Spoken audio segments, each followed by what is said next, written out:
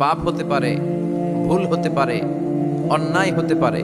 ওই অন্যায়ের উপর অটল থেকো না, আমার কাছে ফিরে আসো। কাম টু ইউর লর্ড, তোমার রবের দরবারে ফিরে আসো।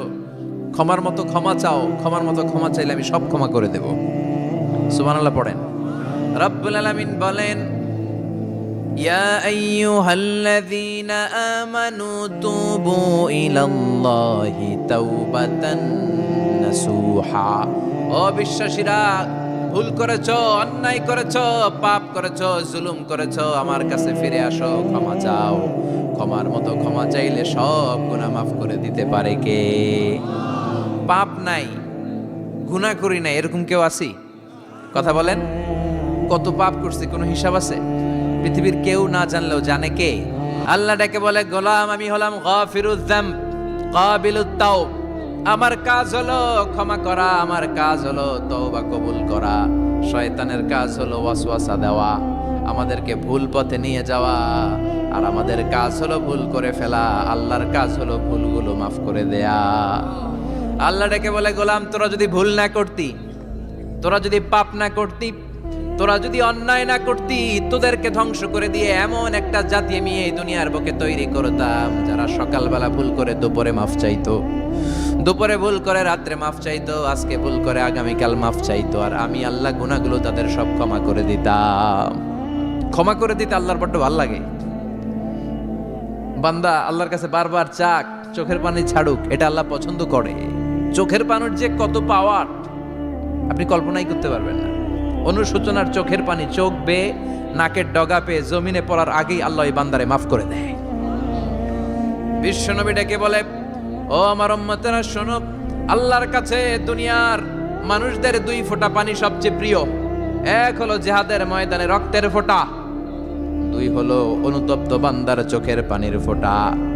কত ভুল আপনি করেছেন, কত অন্যায় আপনি করেছেন, কত পাপ আপনার হয়েছে, কত মিথ্যা আপনি বলেছেন, কয় ওয়াক্ত নামাজ ছেড়েছেন, কয় লাখ টাকা ঘুষ খেয়েছেন, কত যৌতুক আপনি খেয়েছেন, কত মিথ্যা আপনি বলেছেন। আপনার পাপ যত বড় হোক, যত বিশাল হোক, যত বেশি হোক, আল্লাহর দয়ার পরিসীমা তার চাইতেও বড়। আপনার পাপ, আপনার অন্যায়, আপনার জুলুমগুলো যদি হয় খালের পানির সমান, বিলের পানির সমান, আল্লাহর দয়া সাগরের পানির সমান। আপনার পাপ যদি হয় সাগরের পানির সমান, আল্লাহর দয়া মহাসাগরের পানির সমান। আপনার পাপ আর অন্যায় যদি হয় পাহাড়ের সমান, আল্লাহর দয়া আকাশের সমান।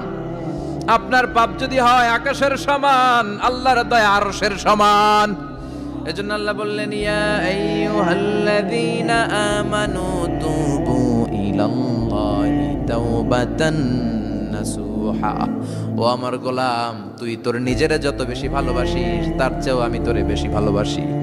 তোর বাবা মা তোরে যত বেশি ভালোবাসে, তার চেয়েও আমাদেরকে বেশি ভালোবাসে কে? আল্লাহ বললেন, ভালোবাসারে তৈরি করার পরে আমি 100 টুকরা করলাম। চিল্লায় বলেন, কয় টুকরা? 99 টুকরা ভালোবাসা আমি আল্লাহ নিজের মধ্যে রেখে দিলাম। 1 টুকরা ভালোবাসা গোটা বিশ্বের সবার মধ্যে আমি ভাগ করে দিলাম। 1 টুকরা ভালোবাসা পেয়ে আমাদের অবস্থা দেখছেন? আল্লাহ যদি 1 টুকরা না দিয়ে আমাকে 30 টুকরা দিত, কথা কন। 1 টুকরা না দিয়ে 80 টুকরা দিলে কি হইতো? কথা কয় না, কথা কন। রাসূল আমার ভালোবাসা, রাসূল আমার আলো আশা, রাসূল আমার প্রেম বিরহের মূল আলোচনা, রাসূল আমার কাজে কর্মের অনুপ্রেরণা। ঠিক কিনা? আমার নবীর জন্য আমার ভালোবাসা আছে না নাই? আমার রবের জন্য আমার ভালোবাসা আছে না নাই? আমার মা বাবার জন্য ভালোবাসা আছে না নাই? সবার জন্য সবার ভালোবাসা আছে না নাই? আমগো দিবস লাগবো কেন? আজকেও তো আমগো ভালোবাসা দিবস, কথা কন। যদি এখন দিবস না, রজনী, আজকে তো আমাদের চান্দোলাতে ভালোবাসা রজনী, কথা কন। প্রতি মুহূর্তে আমাদের ভালোবাসা, এজন্য আমাদের ডেট পালন করা লাগে না। আমরা সব সময় সবারই ভালোবাসি। চিল্লায় বলেন ঠিক কিনা? এজন্য আল্লাহ ডেকে বললেন, গোলাম আমি যে তোদের কত ভালোবাসি তোর ধারণা নাই। চোখের পানি ছাড়, গুনার কথা স্মরণ কর, তওবা কর। তওবার মতো তওবা করলে সব গুনাহ মাফ করে দিতে পারে কে? বিশ্বনবী বলে, আমার কোনো গুনাহ নাই, তারপরেও প্রতিদিন 70 বারেরও বেশি আমি তওবা করি। আল্লাহে ইন্নী আস্তাগফিরুল্লাহ ওয়া আতুবু ইলাইহি আকসার মিন 70 মাররা। Could you imagine that? কল্পনা করছেন কোনদিন যে নবীর গুনাহ নাই, ওই নবী তওবা পড়ে প্রতিদিন 70 বার, আকসার 70 বারেরও বেশি। আমার পড়া দরকার কয়বার? আপনার পড়া দরকার কয়বার? বিশ্বনবী 70 বারের বেশি বলে আমাদের পড়া দরকার কয়বার? আর আমরা প্রতিদিন পড়ি কয়বার? কথা কন। আমাদের ভুল হবে, ভুল হতে সমস্যা নাই, ভুল হওয়াই মানুষের স্বভাব, কিন্তু ভুল হওয়ার পরে ভুলের উপর অটল থাকা যাবে না। শয়তান আর মানুষের মধ্যে এই মৌলিক পার্থক্য। শয়তান ভুল করে ভুলের উপরই আছে, ঠিক কি না? ক্ষমা চায় নাই, কিন্তু আমরা সকালে ভুল করলে দুপুরে মাপ চাই কার কাছে? 19 সালে ভুল করলে 20 সালে মাপ চাই কার কাছে? মৃত্যুর আগ পর্যন্ত আমরা ক্ষমা চাইলে ক্ষমা করে দিবে কে? সব সময় 24/7 তওবার দরজা খোলা, দুইটা সময় ছাড়া। ভালো করে মনে রাখবেন, মুখস্থ ঠোঁটস্থ যেন থাকে। দুইটার সময় তওবা কবুল হয় না, চিৎকার করে বলেন কয় সময়? এক হলো বাদাল গারগারা, গারগারানি যখন আসে, মালাকুল মাউত যখন চলে আসে, মালাকুল মাউতরে যখন দেখে ফেলবেন তখন তওবা কবুল হবে নাকি? কথা কন। ফেরাউনের নাম শুনছেন? ওরা যখন আল্লাহ লোহিত সাগরে ডুবাইয়া পানি খাওয়াইতে লাগলো, পানি খাইতে খাইতে পেটটা হয়েছে এত বড়, আর পানি খাইতে পারেন। এরপর হাত তুলে কয় আনা মিনাল মুসলিমিন। কোরআনের আয়াত, আনা মিনাল, হাত তুলে কয় আমি মুসলমান। ফেরাউন নাই বলে মুসলমান, আমরা যাবো কই? কথা কহ। ফেরাউন হাত তুলে কয় আনা মিনাল মুসলিমিন। আল্লাহ কয় টাইম ইজ আপ, দেরি করছস। অনেক সময় দিলাম, অনেক সুস্থ রেখেছি, ক্ষমতা দিয়েছি, দাপট দিয়েছি, তখন যদি ঘাটটা নত করে, মাথাটা নত করে একবার ক্ষমা চাইতি, ফেরাউন তোরেও ক্ষমা করে দিতাম। কিন্তু সময় শেষ হওয়ার পরে আমি মুসলমানদের অন্তর্ভুক্ত বললে কোনো লাভ হবে নাকি? আল্লাহ বলল সময় নাই, সময় শেষ। কারণ মুসা আলাইহিস সালামের চাচাতো ভাই অনেক দাওয়াত দিল, জাকাত দে। কারণকে জাকাত দিব না, এই সম্পদ আমি কামাইছি, আল্লাহ দেয় নাই। মুসা আলাইহিস সালাম বললেন তাহলে আযাবের অপেক্ষা কর।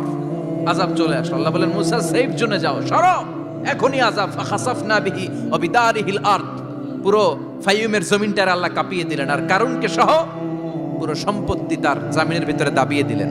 হাঁটু পর্যন্ত কারুন দেবে যায়, ভাবছে উঠে যাবে। কোমর পর্যন্ত দেবে যায়, ভাবছে উঠে যাবে।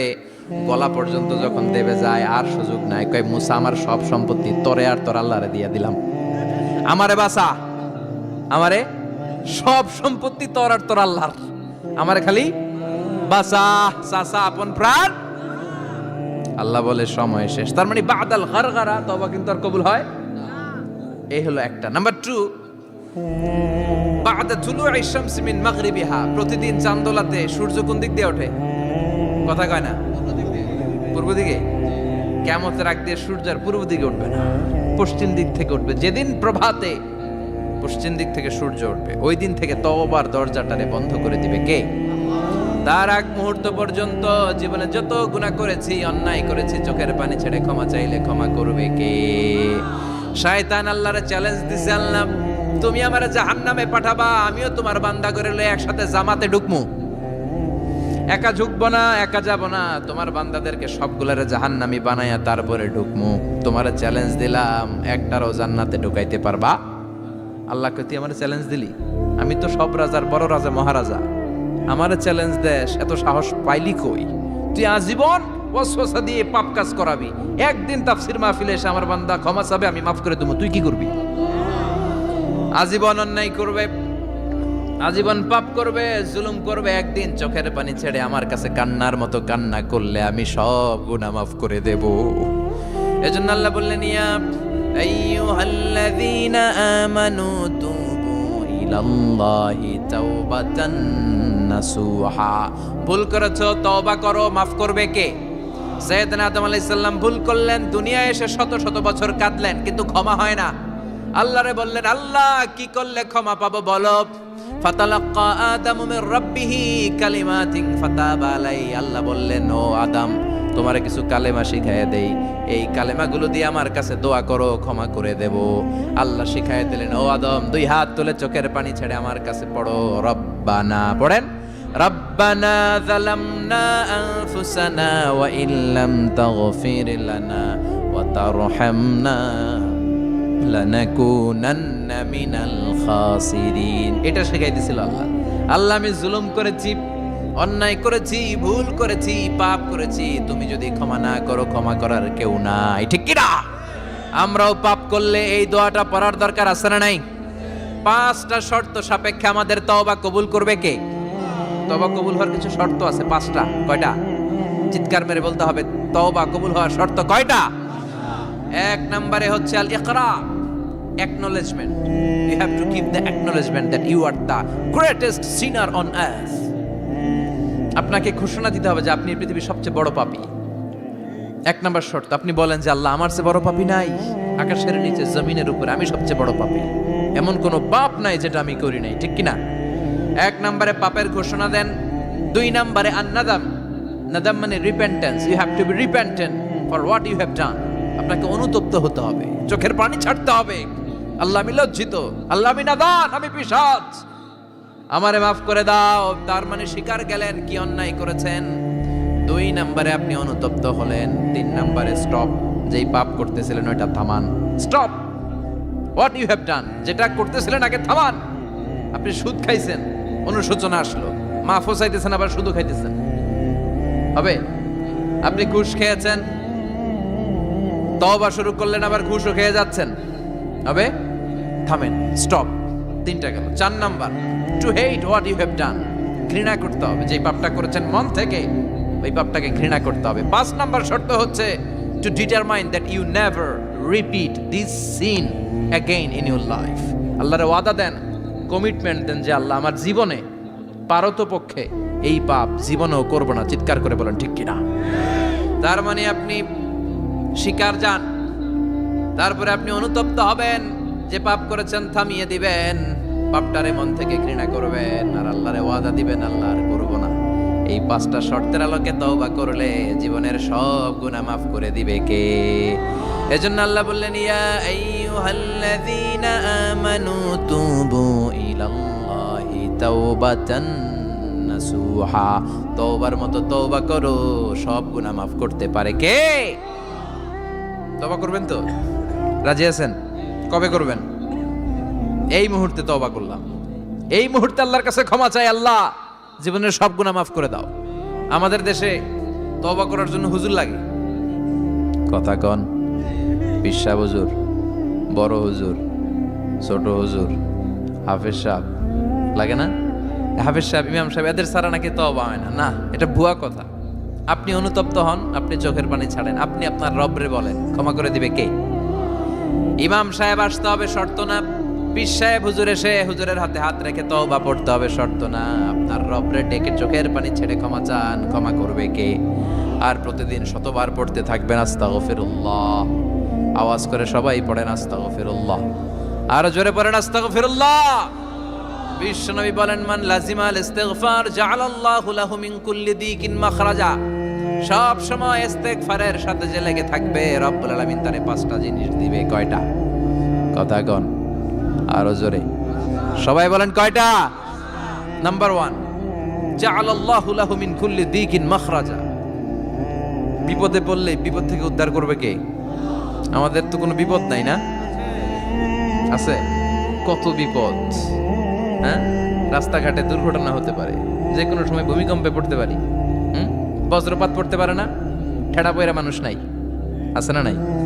এই বিপদ আপদ থেকে আপনারা রক্ষা করবে কে? যদি আপনি ইস্তেগফারের সাথে আঠার মতো লেগে থাকেন। কিসের সাথে? কথা বলেন। ইস্তেগফারের সাথে লেগে থাকতে পারলে 1 নাম্বার হচ্ছে বিপদে পড়লে আপনারে মুক্ত করে দিবে কে? 2 নাম্বার, ওয়া মিন কুল্লি হাম্মিন ফারাজা। যে কোনো ধরনের টেনশন, হাইপার টেনশন থেকে বাঁচায় দিবে কে? আমাদের তো টেনশন মেনশন নাই না? আছে? লাইফ নিয়ে টেনশন, বাঁচার টেনশন, মরার টেনশন, ক্যারিয়ারের টেনশন, রাস্তাঘাটে যানজট, এটার টেনশন, পুলিশের দৌড়ানি, র্যাবের দৌড়ানি, বাড়ির ভাড়া, গ্যাস বিল, বিদ্যুৎ বিল, ছেলে মেয়েদের লেখাপড়া, কত টেনশন। এই সব টেনশন থেকে আপনারে মুক্ত করে দিবে কে? 3 নম্বরে, ওয়ারযুকহু মিন হাইসু লা ইয়াহতাসিব। এমন জায়গা থেকে আল্লাহ আপনার রিজিকের ব্যবস্থা করবে আপনি কল্পনাই করতে পারবেন না। সুবহানাল্লাহ পড়েন। 4 নম্বরে, সবসময় ইস্তেগফার যদি পড়া হয়, আল্লাহর কোনো আযাব ওই বান্দার উপরে আসে না। ওমা কানাল্লাহু মুআযযিবাহুম ওয়া হুম ইস্তাগফিরুন।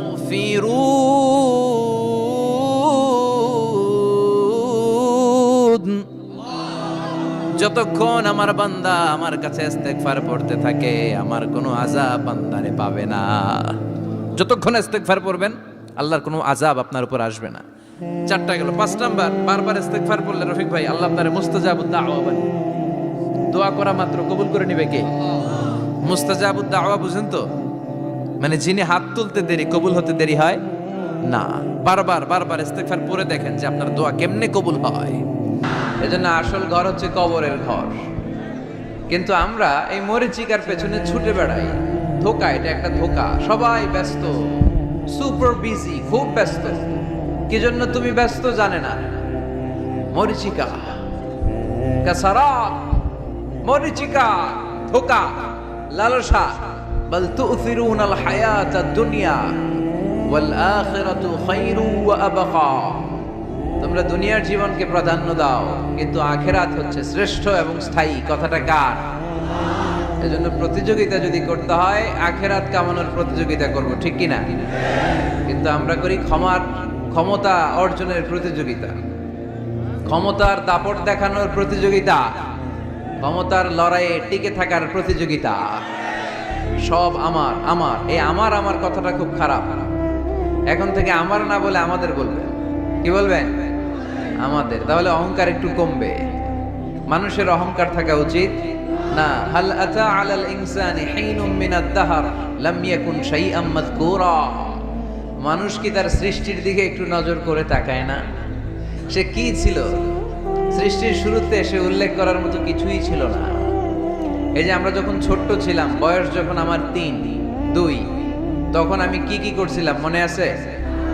স্মৃতির পাতা হাতড়াতে হাতড়াতে পেছনে যেতে যেতে কত বছর বয়স পর্যন্ত আপনি ঘটনা বা স্মৃতি মনে রাখতে পেরেছেন বলেন?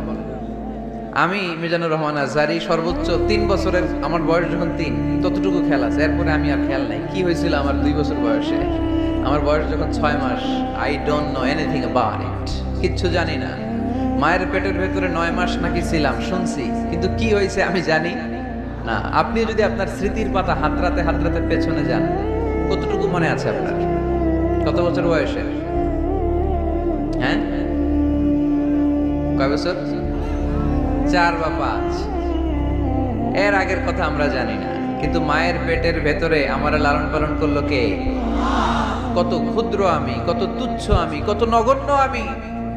এক ফোঁটা নাপাক পানি থেকে আল্লাহ আমার তৈরি করলো। Sperm drop, blood clot, little flesh, কিচ্ছু ছিলাম না। জোকের মতো, ব্যাঙের বাচ্চার মতো ছোট্ট মায়ের জরায়ুর দেয়ালে লেপ্টে ছিল। সেখান থেকে আস্তে আস্তে আমারে বড় করলো কে? আমার ভেতরে রুহের ফুৎকার দিল কে?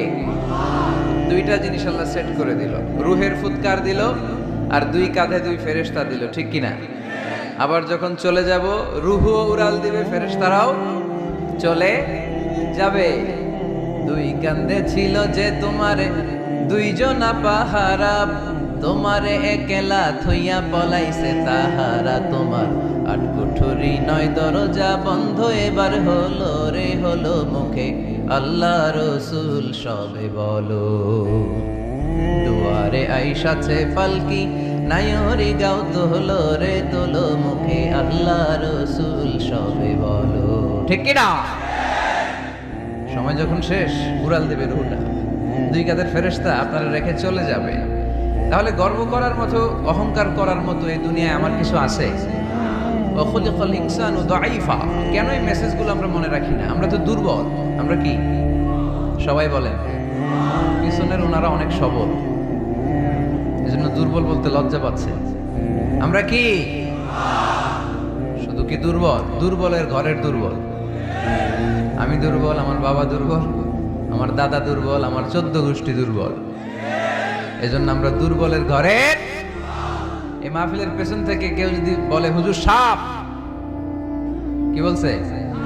আসলে সাপ নাই, খালি কইছে সাপ। এরপরে মুজাহিদদেরকে আর খুঁজে পাওয়া যাবে না, সব দৌড়।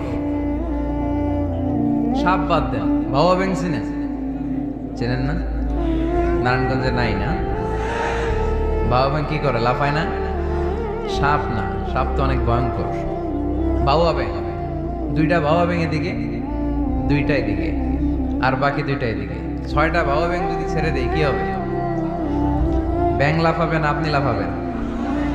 ব্যাং আর কি লাফ দিবে? তার চেয়ে বড় লাফ দিবেন আপনি, ঠিক কিনা? তো এই তো আমাদের ক্ষমতা। ভূমিকম্প আসলে শব্দ, বাড়ির মালিক। ভূমিকম্প আসলে নারায়ণগঞ্জের শুধু ভাড়াটিয়ারা বাড়ি থইয়া দেয় দৌড়, বাড়িওয়ালারা দৌড়ায় না। হ্যাঁ, বাড়ির মালিক তো উনিও দৌড়ায়, ভাড়াটিয়াও দৌড়, বাড়িওয়ালাও দৌড়, সরকারও দৌড়, জনগণও দৌড়। চিল্লায় বলো ঠিক কিনা? খুলিকাল ইনসানু দাঈফা, দুর্বল আমরা, দুর্বলের ঘরের দুর্বল। এজন্য আমরা যেন অহংকার প্রদর্শন না করি। অহংকার আল্লাহর চাদর, আল্লাহর চাদর ধরে যেন আমরা না টানি। আমরা যেন বিনয়ী হই, মুতাওয়াদি। কানা রাসূলুল্লাহ সাল্লাল্লাহু আলাইহি ওয়াসাল্লাম মুতাওয়াদিআন জিদ্দান, অত্যন্ত বিনয়ী ছিলেন আল্লাহ রাসূল সাল্লাল্লাহু আলাইহি ওয়াসাল্লাম। কখনো অহংকার দেখাতেন না, কখনো অহংকার প্রদর্শন করতেন না। অহংকার করা হচ্ছে শয়তানের খাসলাত, ঠিক কিনা? খালাকতানি মিন নার ওয়া খালাকতাহু মিন তিন। সে লজিক খাটাইছে আল্লাহর সাথে। আল্লাহর সাথে লজিক খাটানো যাবে? আল্লাহ বললেন সেজদা দাও, আদমকে সেজদা দাও, সব ফেরেশতারা সেজদা দিল। শয়তান যুক্তি খাটালো, খালাকতানি মিন নার, আল্লাহ তুমি আমাকে তৈরি করেছো আগুন থেকে, ওয়া খালাকতাহু মিন তিন, আদমকে তৈরি করেছো মাটি থেকে। মাটির বৈশিষ্ট্য রেখে দিলে নিচে টপাস করে পড়ে, আর আগুন জ্বালিয়ে দিলে উপরে দাউ দাউ করে উপরে উঠে যায়। তো যেটা ঊর্ধ্বগামী এটা নিম্নগামীকে কখনো সেজদা করতে পারে না। এই লজিক খাটাই আসে শেষ, ওর দুনিয়াও শেষ, আখিরাতও শেষ। আল্লাহর আদেশের ক্ষেত্রে কোনো লজিক নাই। সামি'না ওয়া আতা'না, শুনলাম মানলাম। আল্লাহ আদেশ করেছে, এই আদেশের উপরেই থাকতে হবে। বরকত আছে না নাই? এজন্য আমরা যেন অহংকারী না হই, আমরা যেন বিনয়ী হতে পারি। আল্লাহ তুমি তৌফিক দান করো। আজকের মাহফিলটাকে আল্লাহ তুমি নাজাতের ওয়াসিলা বানাও। আমার যে যুবক ভাইরা আজকের এই প্রোগ্রামে স্বতঃস্ফূর্ত অংশগ্রহণ করার মধ্য দিয়ে ইসলামের পক্ষে এই গণজোয়ারকে তৈরি করেছে, এই গণজোয়ারকে তুমি ইসলামের জন্য কবুল করো। আমার প্রাণপ্রিয় যুবক ভাইদেরকে তুমি সৈয়দনা ওমর ফারুক রাদিয়াল্লাহু তাআলা আনহুর মতো ইসলামের বীর সেনানী হিসেবে কবুল করো। পর্দার অন্তরালে আমার মা বোনদেরকে আল্লাহ তুমি খাদিজাতুল কুবরা তাহেরা রাদিয়াল্লাহু তাআলা আনহার মতো কবুল করো। পুলিশ ভাইরা আজকে অনেক কষ্ট করেছে। আপনাদের এই থানার সম্মানিত ওসি সাহেব, উনি ওনার প্রোটোকল দিয়ে আমাদেরকে এখানে নিয়ে এসেছে। আপনাদের এই এলাকার সম্মানিত চেয়ারম্যান সাহেব সারাটা দিন অনেক কষ্ট করে এই প্রোগ্রামকে এনশিওর করেছে। বিশেষ করে আপনাদের অত্র এই আসনের সম্মানিত এমপি মহোদয় সেলিম ওসমান সাহেব, উনিও খুব খোঁজ খবর নিয়েছে এই প্রোগ্রামের ব্যাপারে। সর্বোপরি আমরা আল্লাহর কাছে শুকরিয়া জানাই যে আল্লাহ তাআলা আজকে আমাদেরকে সুস্থভাবে এই প্রোগ্রামে আসার সুযোগ করে দিয়েছে। এরকম প্রোগ্রাম, কোরআনের মাহফিল বন্ধ হোক, এটা কি আমরা চাই? কোরআনের কথা চলবে, এটা আমরা চাই কি চাই না? সেজন্য যদি ত্যাগ স্বীকার করা লাগে, দরকার আছে না নাই? ময়দানে যদি থাকতে হয়, রাজি আছে না নাই? আল্লাহ তুমি তৌফিক দান করো। মুসাপুর পশ্চিমপাড়া জামে মসজিদ, মুসাপুর কি গ্রামের নাম? যুব সংগঠন ও এলাকাবাসীর যৌথ উদ্যোগে, মাশাআল্লাহ, যুবক এলাকাবাসী ভাই ভাই, অন্যদের কোনো খাওয়া নাই, ঠিক কিনা? এরকম আন্তরিক সংঘ গড়ে তুলতে হবে এলাকায়। যুবকরা হচ্ছে আগামীর বাংলাদেশ, তোমাকেই খুঁজছে বাংলাদেশ। তোমার দেহে এখন অনেক শক্তি, উচ্ছ্বাস, এটাকে ইসলামের পক্ষে কাজে লাগাতে হবে। এটা আজে বাজে কাজে, মাদকের পেছনে দৌড়াদৌড়ি করে, অপরাজনীতির পেছনে দৌড়াদৌড়ি করে, মারামারি এগুলোর পেছনে দৌড়াদৌড়ি করে, সন্ত্রাস, জঙ্গিবাদ, টেন্ডারবাজি, চাঁদাবাজি এগুলোর পেছনে দৌড়াদৌড়ি করে সময় নষ্ট করা যাবে? এদিকে কি দেখা যায় না?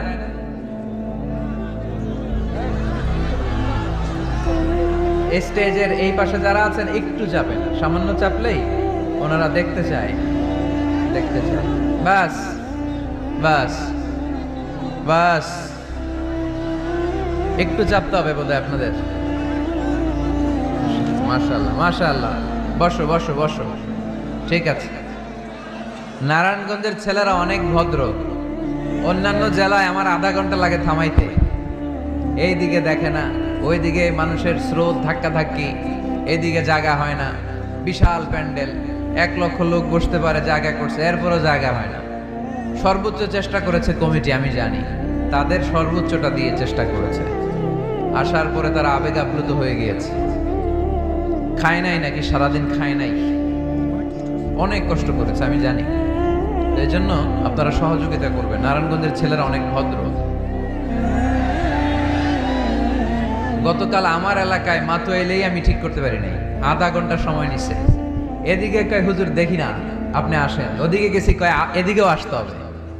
ওরা এদিকে যে এদের সাথে দেখা করলাম, সব শেষে আধা ঘন্টা 35 মিনিট পরে এরা ঠান্ডা হয়েছে। তারপরে লোকের ধাক্কা ধাক্কি। এই গণজোয়ার এগুলো কোরআনের বিজয়ের একটা সাক্ষী, বিজয়ের একটা সাইন, ঠিক কিনা? এই বিজয়কে কি কেউ ঠেকায় রাখতে পারবে? দুনিয়ার কোনো লাভের জন্য আমরা আসছি?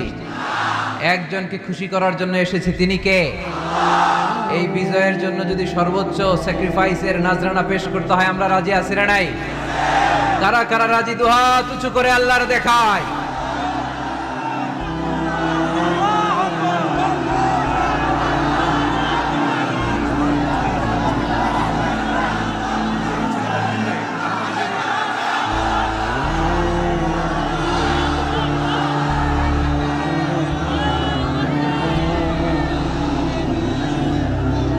আল্লাহ তুমি কবুল করো। এই যে যুবক ছেলেগুলো খেলার মাঠে যায় না, এখন আড্ডাবাজিতে যায় না, টেন্ডারবাজিতে যায় না, চাঁদাবাজিতে যায় না, উল্টাপাল্টা কোনো কাজে যায় না। এরা যাত্রা পালায় এখন আর যায় না, এরা গানের কনসার্টে যায় না, এরা কোরআনের প্রেমে পাগল হয়ে এসেছে, ঠিক কিনা? কোনো বিরিয়ানির প্যাকেট আছে নাকি আজকে? তাইলে এই গণজোয়ার এটা কোরআনের পক্ষে না বিপক্ষে? আমরা কোরআনের পক্ষে থাকতে চাই কি চাই না? আল্লাহ তুমি আমাদেরকে কবুল করো। কোরআনের প্রতি ভালোবাসাকে ইসলামের বিজয়ের জন্য তুমি কবুল করে নাও। এজন্য যুবক যারা আছো, তোমরা আগামীর বাংলাদেশ। তুমি বাংলাদেশ, তুমি বাংলাদেশ। 10 বছর 20 বছর এমন ভাবে আমরা বাংলাদেশের জন্য কাজ করব যাতে গোটা বিশ্ব বাংলাদেশের নাম শুনলে এটা একটা সমৃদ্ধ দেশ, সুখী দেশ, একটা মডেল কান্ট্রি, এই হিসেবে যেন বাংলাদেশকে এক্সাম্পল দিতে পারে, ঠিক কিনা? সেজন্য তোমাদেরকে কাজ করতে হবে খুব বেশি। অলসতা করা যাবে? কাজে কোনো লজ্জা নেই, লজ্জা হচ্ছে অলসতায়। Never underestimate any job. কোনো চাকরি, কোনো ব্যবসাকে ছোট চোখে দেখবে না, whether it small or big. ছোট চাকরি হোক, ছোট ব্যবসা হোক, আমরা করব। আমরা স্বাবলম্বী হতে চাই, নিজের পায়ে দাঁড়াতে চাই, আমরা আত্মমর্যাদা সম্পন্ন মুসলিম হতে চাই, ঠিক কিনা? কেইছে এখানে লোকজন অনেক বেশি হয়ে গেছে, দাঁড়ানোর জায়গা নাই। প্রতি রাতের ঘটনা। প্রিয় ভাইয়েরা, কি হয়েছে? কি হয়েছে? প্রজেক্টর আছে, প্রজেক্টর আছে। এই সাউন্ড বক্স এখন নামাইতে গেলে অনেক সময় লাগবে। একটু দেখো, একটু দেখো। ক্যামেরাওয়ালা ভাইদের প্রতি একটু এহসান করো। এখানে যদি 1 লক্ষ লোক হয়, কালকে 20 লক্ষ লোক এই কথাগুলো শুনবে। এই নারায়ণগঞ্জের যুবক ভাইদের উসিলায় কোটি মানুষ কোরআনের পথে আসুক, আমরা চাই কি চাই না? আমরা কোরআনের জন্য সব করতে পারি, সব বিলিয়ে দিতে পারি। আজকের এই 1 ঘন্টার কষ্ট আমাদের কাছে কোনো কষ্টই না, তাই না? মাশাআল্লাহ, মাশাআল্লাহ, এই তো চমৎকার। বেশি নাড়াচাড়া করো না, বেশি নাড়াচাড়া করা যাবে না। আস্তে করে রেখে চুপ করে বসে যাও, চুপ করে বসে যাও। এই তো ছেলেপেলেরা অনেক ভদ্র, ঠিক আছে, আওয়াজ হবে না। জায়গা না পেলে দাঁড়িয়ে শোনো। বলছিলাম যুবকরা হচ্ছে আগামীর বাংলাদেশ। কাজকে ছোট করা যাবে না। যে কোনো কাজ পেলেই করা শুরু করতে হবে। নতুন চাকরি পেলে, নতুন ব্যবসা পেলে এরপরে ধরবা, কিন্তু বাবুগিরি দেখিয়ে অলসতা করে বসে থাকা যাবে? কাজ ছোট হোক বা বড় হোক, বরকত দেয় কে? সুন্দরভাবে করলে প্রত্যেকটা কাজে বরকত আছে না নাই? যে কোনো কাজ করো না ভাই, যে কোনো কাজ করো, তা যেন হয় সবার চেয়ে সবচেয়ে সুন্দর। যে কোনো কাজ করো না ভাই, যে কোনো কাজ করো, তা যেন হয় সবার চেয়ে সবচেয়ে সুন্দর। হোক না সেটা পড়া লেখা, রঙের ভাষায় ছবি আঁকা, হোক না সেটা পড়া লেখা। রঙের ভাষায় ছবি আঁকা, হোক না সেটা সামান্য কাজ কিংবা মহত্তর, তা যেন হয় সবার চেয়ে সবচেয়ে সুন্দর। যে কোনো কাজ করো না ভাই, যে কোনো কাজ করো, তা যেন হয় সবার চেয়ে সবচেয়ে সুন্দর। ঠিক কিনা? যেটাই করি না কেন কাজ যেন সুন্দর হয়, কাজটা যেন এক্সাম্পল স্থাপন করার মতো হয়। তাহলে ওই কাজে বরকত দিবে কে? মাইক অপারেটর কে? আরেকটু স্ট্রং করতে হবে, আরেকটু স্ট্রং করো। ঠিক আছে, আমি বলছি, আল্লাহ রাসূল সাল্লাল্লাহু আলাইহি ওয়াসাল্লাম যখন তোমাদের মতো যুবক, তিনি কি অলস ছিলেন? মা বাআসাল্লাহু নাবিয়ান ইল্লা রাআল গানাম। এই পৃথিবীতে এমন কোন নবী ছিল না যে নবীরা ছাগল চড়ায় নাই। সুবহানাল্লাহ বলবা না? ছাগল চড়িয়েছেন আমার প্রিয় নবী মুহাম্মদ সাল্লাল্লাহু আলাইহি ওয়াসাল্লাম। মরুভূমিতে তিনি ছাগল চড়াতেন অল্প কিছু পারিশ্রমিকের বিনিময়ে। সাহাবারা বললেন, ইয়া রাসূলুল্লাহ, সব নবী ছাগল চড়িয়েছে বুঝলাম, আপনিও? আল্লাহ রাসূল বললেন, হ্যাঁ আমিও কুনতু আরআহা আলা কারারিতি আহলি মক্কা। মক্কাবাসীদের দেয়া অল্প কিছু পারিশ্রমিকের বিনিময়ে মক্কা শহরে আমি নিজেও ছাগল চড়িয়েছি। কাজকে ডিফারেন্সিয়েট করে নাই, ছোট বড় না, কাজ যেটা পাও করতে হবে। কাজ করে খাওয়ার মধ্যে কোনো লজ্জা নেই, আছে শুধু সম্মান। ঠিক কিনা? সাউন্ড তো আরো খারাপ হয়ে গেল মনে হয়। এরকম কেন? একটা স্ট্রং এবং clean, strong and clean sound দাও। আসো আসো, ঠিক করো। তো এই জন্য যুবক যারা আছো, তোমরা আগামীর বাংলাদেশ। আল্লাহ রাসূল সাল্লাল্লাহু আলাইহি ওয়াসাল্লাম যুবক বয়সে একটা সংগঠন করেছিলেন, নাম হচ্ছে কি নাম? আরবিতে এটাকে বলে হালাফুল ফুদুল। হালাফ মানে শপথ, ফুদুল মানে ভালো কাজ, ভালো কাজের শপথ। আমরা কি পারি না অলিতে গলিতে এরকম হিলফুল ফুজুলের মতো ইসলামী ক্লাব গড়ে তোলা? পারবো না আমরা? এগুলোর উদ্যোগে আজকে যেরকম যুব সংগঠন ও এলাকাবাসীর যৌথ উদ্যোগে প্রোগ্রাম, এরকম সুন্দর সুন্দর প্রোগ্রাম করতে হবে। শুধু আউটডোর না, এখন থেকে ইনডোর প্রোগ্রাম করার দরকার আছে না নাই?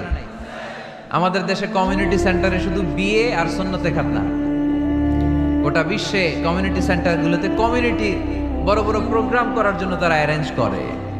কমিউনিটি সেন্টারগুলোতে সেখানে ইনডোর প্রোগ্রাম করতে হবে। প্রতি মাসে ভালো ভালো স্কলারদেরকে এনে, ইনফ্লুয়েন্সিয়াল স্পিকারদেরকে এনে যুবকদেরকে মোটিভেট রাখার দরকার আছে না নাই? কারণ যুবকরাই আগামীর বাংলাদেশ। আল্লাহ রাসূল সাল্লাল্লাহু আলাইহি ওয়াসাল্লাম প্রতিজ্ঞা করালেন যে হিলফুল ফুজুলের শপথ হচ্ছে মক্কায় চাঁদাবাজি টেন্ডারবাজি চলবে না, দুর্বলের উপর সবলের কোনো অত্যাচার চলবে না। তো এরকম হিলফুল ফুজুল থাকার দরকার আছে না নাই? আল্লাহ যুব সংগঠনকে তুমি কবুল করো, এলাকাবাসীকেও তুমি কবুল করো। মিনার বাড়ি বন্দর, নারায়ণগঞ্জ, মুসাপুর রাস্তার পাশে 2 দিন ব্যাপী তাফসীরুল কোরআনের প্রোগ্রামের আজকে দ্বিতীয় রজনী। প্রথম দিন কথা বলেছিলেন হযরত মাওলানা সাদিকুর রহমান আল আজহারী। আল আজহার ইউনিভার্সিটিতে আমরা একসাথে পড়াশোনা করেছি। আমার ছোট ভাই সুন্দর কথা বলে, কোরআন থেকে বলে। আল্লাহ তাআলা সাদিকুর রহমান আল আজহারীর জ্ঞানকে তুমি আরো বাড়িয়ে দাও। আজকের রজনীতে আমাকে রেখেছেন আপনারা আলোচক। আমার আগে কথা বলেছে very energetic, hard working, enthusiastic যুবকদের আইকন শায়েখ সিফাত হাসান। সে আমারেও মাঝে মাঝে বসায় ওয়াজ করে, সুন্দর সুন্দর কথা শোনায় সে আমাকে, আমিও মন্ত্রমুগ্ধ হয়ে শুনি। যুবকরা যেখানেই আছে ওখানে এনার্জি আছে না নাই? যুবকদের থেকে কথা শুনতে হবে, কারণ যুবকদের মধ্যে আছে অনেক শক্তি। এই শক্তিকে আমরা পজিটিভ ওয়েতে দিন কষ্ট করছে, এখনো যোগাযোগ মেনটেন করে যাচ্ছে। এরকম নেতা আমাদের থানাগুলোতে থাকুক, আমরা চাই কি চাই না?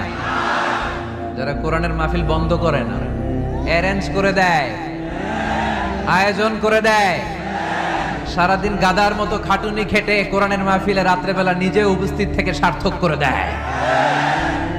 আমরা এই ধরনের নেতাদেরকে চাই যারা সবসময় কোরআনের পক্ষে থাকবে, ঠিক কিনা? আল্লাহ পাক অত্র এলাকার চেয়ারম্যান মহোদয়কে তুমি কোরআনের জন্য কবুল করো। আরো অনেক বিশেষ অতিথি এই প্রোগ্রামে উপস্থিত হয়েছেন। সম্মানিত অনেক অতিথিবৃন্দদের নাম এখানে আছে যারা এই প্রোগ্রামের জন্য কষ্ট করেছে। আমরা সবার জন্য দোয়া করি, আল্লাহ তুমি সবাইকে কবুল করো। আসুন আমরা আর সময় নষ্ট না করে সরাসরি মহাবিশ্বের মহাবিশ্বয় মহাগ্রন্থ আল কোরআনুল কারীম থেকে কথা শুনি। আমি আমার খুতবার শুরুতে আপনাদের খেদমতে সূরাতু আল মুমিনুনের প্রথম আয়াত তেলাওয়াত করেছি। এই সূরায় আল্লাহ তাআলা মুমিনদের 7টি গুণের কথা বলেছেন, যে গুণগুলো একজন মুমিন হিসেবে আমাদের জীবনে থাকা দরকার আছে। এই 7টি গুণ আজকে আমরা জেনে যাব মানার উদ্দেশ্যে, ঠিক কি না? ওয়াজ কি শুধু শোনার জন্য শোনা? শুনতে চাইলে তো ইউটিউবেও শোনা যায় না? ইউটিউবে ওয়াজ শোনেন না আপনারা? আমার ওয়াজ শুনছেন? কারা কারা দেখি? মাশাআল্লাহ, আমরা হাত নামাই প্রত্যেক দিন। হ্যাঁ,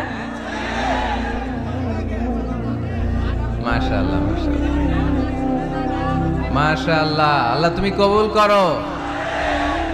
এই ইউটিউবটারে আমরা ভালো কাজে লাগাবো। গান শোনা ছেড়ে দিছো? মাশাআল্লাহ, আল্লাহ তুমি কবুল করো। এটা অনেক ভালো কথা যে আমরা আজে বাজে কাজে আর সময় নষ্ট করি না। ইন্টারনেট ইউজ করলেও এটা কোরআনের কাজেই লাগাই, ঠিক কি না? তো ওয়াজ কিন্তু ইউটিউবেও শোনা যায়, কিন্তু এখানে আমরা এসেছি একটা স্পিরিট নিয়ে যাব। সরাসরি কথা শোনার আর বলার মধ্যে একটা তাসির প্রভাব আছে না নাই? তো এই জন্য বিশ্বাসীদের যে 7টা গুণাবলী আজকে এগুলো আমরা জেনে যাব, যাতে করে আমরা মানতে পারি, পালন করতে পারি, ঠিক কিনা? সূরাটার নাম হচ্ছে সূরাতুল মুমিনুন। সূরার নাম কি?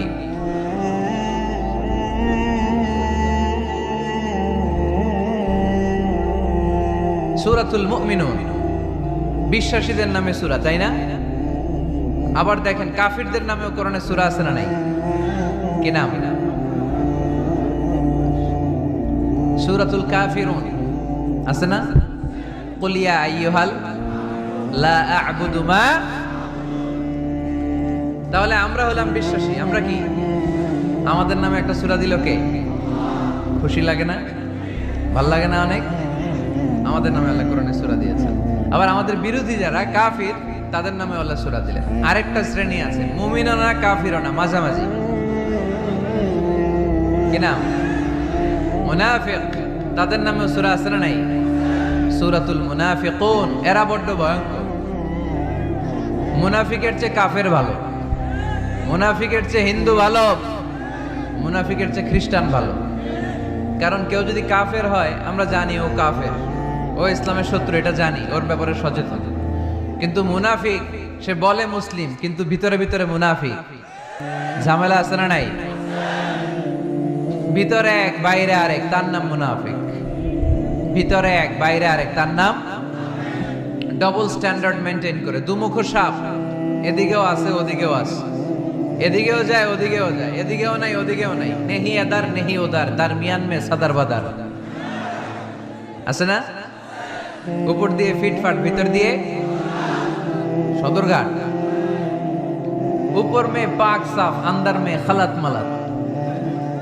উপরে অনেক পাক সাফ, ভিতরে ঝামেলা। এরা মুনাফিক।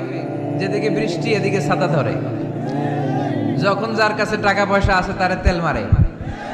আছে না নাই? আমরা মুনাফিক হতে চাই? আমরা মুমিন হতে চাই কি চাই না? মুমিন হয় কখন? যখন তার বিশ্বাস থাকে, ঠিক কি না? আল্লাহ বিশ্বাস, আখিরাতে বিশ্বাস। এই বিশ্বাসটা কিন্তু অনেক দামি। টাকা দিয়ে বিশ্বাস কেনা যায়? আমরা আল্লাহর উপর বিশ্বাস রাখি, আখিরাতে বিশ্বাস রাখি, নবী রাসূলদের উপর বিশ্বাস রাখি, তাই আমরা মুমিন। বিশ্বাসটা অনেক দামি। ঈমান যার মধ্যে থাকে সে হচ্ছে মুমিন। আমল পড়ে, আগে ঈমান। আগে কি? ঈমান হচ্ছে সংখ্যা, আমল হচ্ছে শূন্য। এখন ঈমান নাই, আপনার আছে শুধু আমল। শূন্য বসাতে বসাতে বসাতে বসাতে নারায়ণগঞ্জ থেকে ঢাকা, এটার কোনো দাম আছে? 2000 শূন্য আপনি পাইছেন। 2000 ফলাফল কি? শূন্য। কারণ ঈমান নাই, সংখ্যা নাই। এবার আপনার ঈমান আছে, পেলেন একটা সংখ্যা 1, তারপর আমল করতে শুরু করলেন, পেলেন শূন্য। যাকাত দিলেন, পেলেন শূন্য। হজ করলেন, পেলেন শূন্য। দাম আছে না নাই? একের পরে শূন্য দিলে দাম আছে না? তাহলে আগে লাগবে কি? ঈমান। ঈমান মানে বিশ্বাস। বিশ্বাসটা খুব দামি। এই বিশ্বাস যেন নষ্ট না হয়, বিশ্বাসে যেন আঘাত না আসে। বিশ্বাসটা কত দামি জিনিস দেখেন। বন্ধু বন্ধুর মধ্যে যদি বিশ্বাস না থাকে, বন্ধুত্ব টেকে? কথা বলেন। স্বামী যদি স্ত্রীরে বিশ্বাস না করে, সম্পর্ক টিকে? কথা বলেন। বিশ্বাস অনেক দামি জিনিস। দেখবেন বাবা যখন তার ছোট্ট মেয়েটাকে কোলে তুলে উপরে এরকম ছুঁড়ে মারে, ছোট্ট মেয়েটা খিলখিল করে হাসে। যদি নিচে পড়ে যায় ভর্তা হয়ে যাবে, তারপরেও হাসে, কারণ মেয়েটার বাবার উপর বিশ্বাস আছে, বাবা আমারে ফেলে দিবে না, বাবা ঠিকই আমাকে কোলে তুলে নেবে, ঠিক কি না? মেয়েটার বাবার প্রতি অগাধ বিশ্বাস। ঢাকা থেকে একজন গ্রিন লাইনের বাসে উঠছে, টিকিট কাটছে কক্সবাজারে। গ্রিন লাইনের বাসের নাম শুনছেন তো না? কক্সবাজার যাবে। ব্যাগ ট্যাগ নিয়ে বাসে উঠেই দেখবেন অনেক হাই প্রোফাইলের লোকেরা ল্যাপটপ নিয়ে, টাকা পয়সা নিয়ে বাসের উপরে ব্যাগ রেখে আরামসে ঘুম দিচ্ছে। বাইরে প্রচন্ড বৃষ্টি, তার কোনো টেনশন নাই। সে যদি টেনশন করতো তাহলে ঘুমাইতে পারতো? তাহলে তো তাকায় থাকা লাগতো এরকম, দেখি তো বাসওয়ালা কই যায়। কক্সবাজারের টিকিট কাটছি, সকালবেলা উঠে যদি দেখি কক্সবাজার না নিয়ে যশোর চলে গেছে, ভেজাল আছে না? তার মোটেও টেনশন নাই, কারণ গ্রিন লাইন কোম্পানির প্রতি এই ক্লায়েন্টের অনেক বিশ্বাস। আমি আরামসে চাদর গায়ে দিয়ে একটা ঘুম দিব, সকালে ঠিকই এই গ্রিন লাইনের বাস আমাকে কক্সবাজার নামিয়ে দিবে। চিল্লায় বলেন ঠিক কিনা? তার মানে বিশ্বাসটা অনেক জরুরি। বিশ্বাসে মিলাই বস্তু, তর্কে বহুদূর। এজন্য আমরা বিশ্বাসী হতে চাই। আমরা কি হতে চাই? আর বিশ্বাসীদের নামে এই সূরাটা ডেডিকেট করলেন কে? সূরাতুল মুমিনুন। সূরাটার নাম কি? আরো জোরে বলেন, কি নাম? সূরাতুল মুমিনুন। এই সূরাটা নাজিলের একটা ব্যাকগ্রাউন্ড আছে, শানে নুজুল, কোন সময় কোন প্রেক্ষাপটে নাজিল হলো। এটা শুনলে সূরার তাফসীর বুঝতে আমাদের সুবিধা হবে। আল্লাহ রাসূল সাল্লাল্লাহু আলাইহি ওয়াসাল্লাম সাহাবাদেরকে নিয়ে বসা, হঠাৎ করে ওমরে ফারুক মৌমাছির আওয়াজ শুনতে পেলেন, বন বন বন বন আওয়াজ। হাদিসটা এসেছে মুসনাদ ইবনে আহমদ ইবনে হাম্বলে, সুনানি তিরমিজিতে। বন বন মৌমাছির যখন আওয়াজ, ওমরে ফারুক মৌমাছি খুঁজতে আরম্ভ করলেন, কিন্তু কোনো মৌমাছি উনি খুঁজে পান না। তখন উনি বুঝতে পেলেন আসলে এটা মৌমাছি না, এখনই আল্লাহ রাসূল সাল্লাল্লাহু আলাইহি ওয়াসাল্লামের উপর কোরআনের আয়াত নাজিল করতেছে কে? অনেকগুলো পদ্ধতিতে আল্লাহ রাসূল সাল্লাল্লাহু আলাইহি ওয়াসাল্লামের কাছে কোরআন এসেছে। আমরা তো মাগনা মাগনা কোরআন পাইছি, সুন্দর করে এমদাদিয়া কোম্পানি ছাপাই দিছে, আব্বা কিনা বাসায় নিয়ে আসছে, এবার আমি রমজান মাসে কোরআনের খতম দেই। আহা, আল্লাহ রাসূল সাল্লাল্লাহু আলাইহি ওয়াসাল্লাম কি এত সহজে কোরআন পেয়েছে? অনেক কষ্ট করে তিনি কোরআন রিসিভ করতেন। মিসলা সালসালাতিল জারাস, মাঝে মাঝে ঘন্টার ধ্বনির মতো কোরআন নাজিল হতো। প্রাইমারি স্কুল ছুটি হলে দপ্তরি ঘন্টা বাজায় না, ধাম ধাম বিকট আওয়াজ হয়। এরকম আওয়াজে যখন কোরআন নাজিল হতো, আল্লাহ রাসূল সাল্লাল্লাহু আলাইহি ওয়াসাল্লাম কোরআন রিসিভ করতে যেয়ে ঘেমে যেতেন শীতের রাতে। আজকে একটা শৈত্য প্রবাহ গেছে না, প্রচন্ড শীত। দুপুরবেলা আমার প্রোগ্রাম ছিল কিশোরগঞ্জের, কি নাম, পাকুন্দিয়া। প্রচন্ড শীতে লোকজন কাঁপছিল। আপনাদের তো প্যান্ডেল আছে, ওদের প্যান্ডেলও ছিল না, খোলা ময়দানে লক্ষ লক্ষ মানুষ। প্রচন্ড শীতের রাতে আম্মা জান আয়েশা রাদিয়াল্লাহু তাআলা আনহা উনি কাঁপতেন, আর এই কোরআন রিসিভ করতে যে বিষ্ণু ঈসা ইসলাম ঘামতেন। সুবহানাল্লাহ বলতে পারলেন না? এত কঠিন ছিল ওহি রিসিভ করা। ইন্না সানুলকি আলাইকা কওলান সাকিলা, নবী হে এই কোরআনের বাণীটা অনেক সাকিল, ভারী, এত ভারী।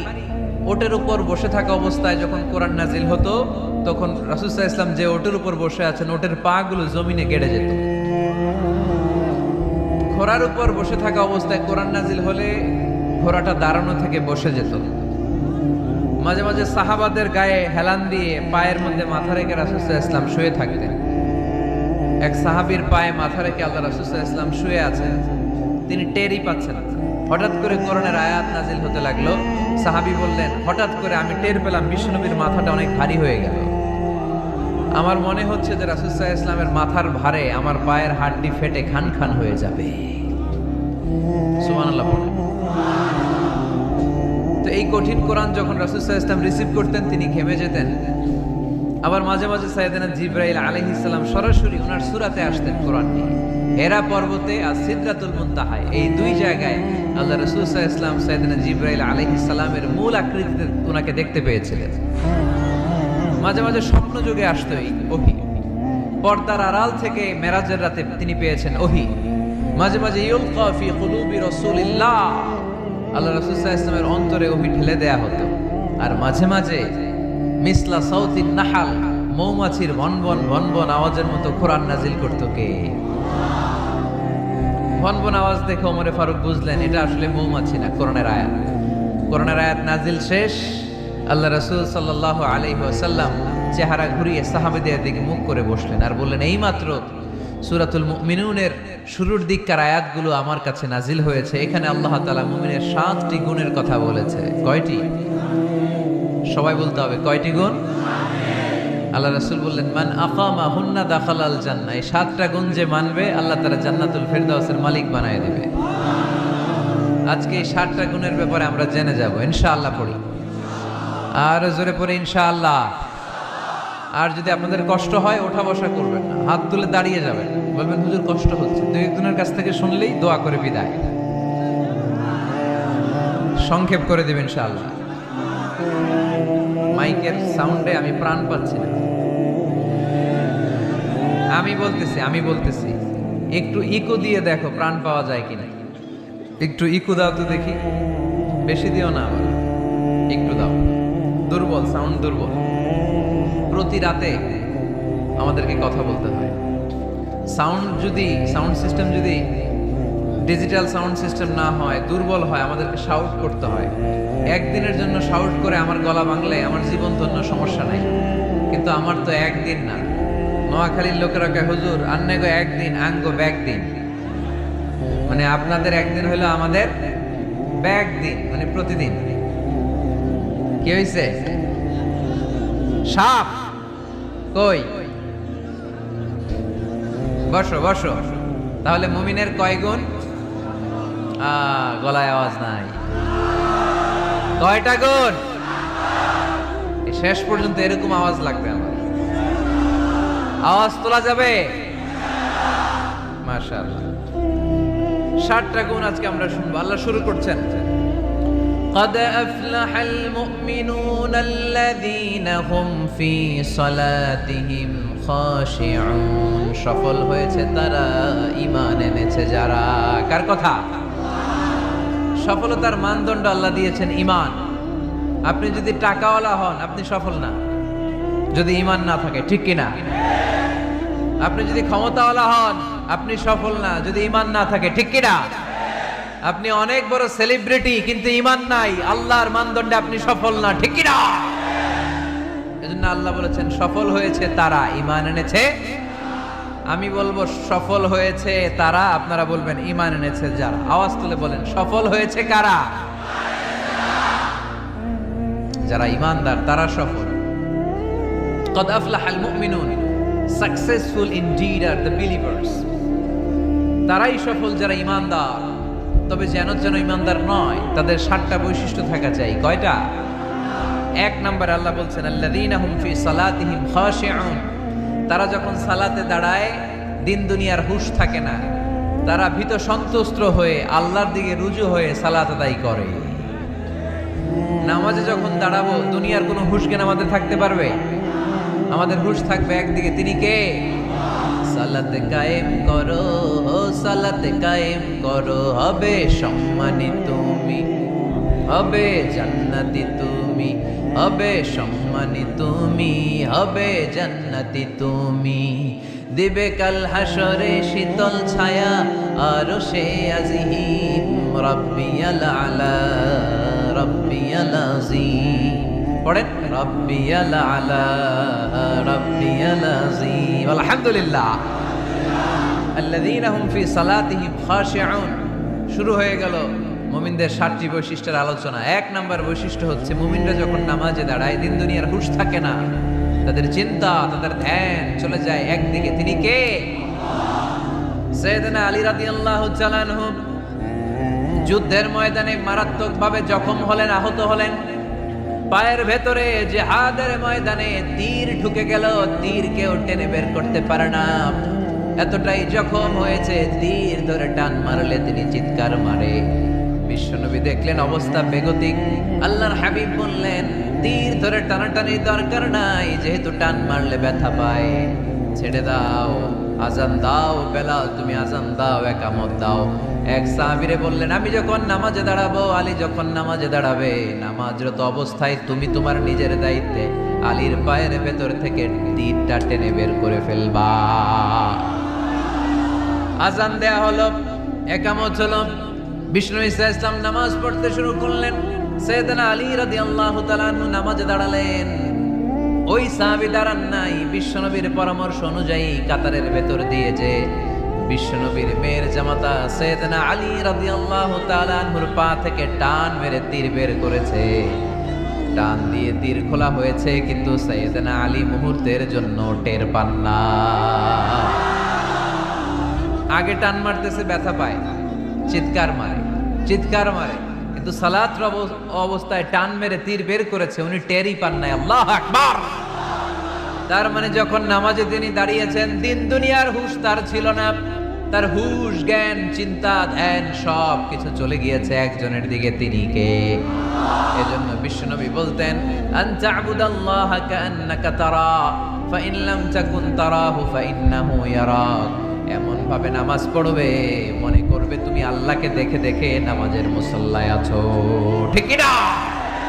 যখন নামাজ পড়বা ভাববা তুমি আল্লাহকে দেখছো। আর যদি এটা কষ্ট হয়, অ্যাটলিস্ট এটা ভাবো যে আল্লাহ তোমায় দেখছে। আমাদেরকে দেখে কে? আমি যে নামাজ পড়ি দেখে কে? এই চিন্তাটা মাথায় থাকার দরকার আছে না নাই? কিরে ভাই, এখানে তো ধাক্কাধাক্কি করে লাভ নাই। প্রজেক্টরগুলো কোন দিকে? প্রজেক্টর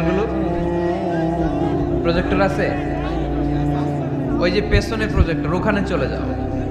এখানে দেখার জন্য যদি ধাক্কাধাক্কি করো বিশৃঙ্খলা হবে। সাউন্ড নাই। এই মাইকটা কি কাজ করে না তোমার? তো সাউন্ড পায় না কেন? আচ্ছা, সাউন্ড কম বলে যদি চিল্লাও তাহলে তো আমার কথা আরো শোনা যাবে না। ও দেখতেছে, ওকে দেখতে দাও।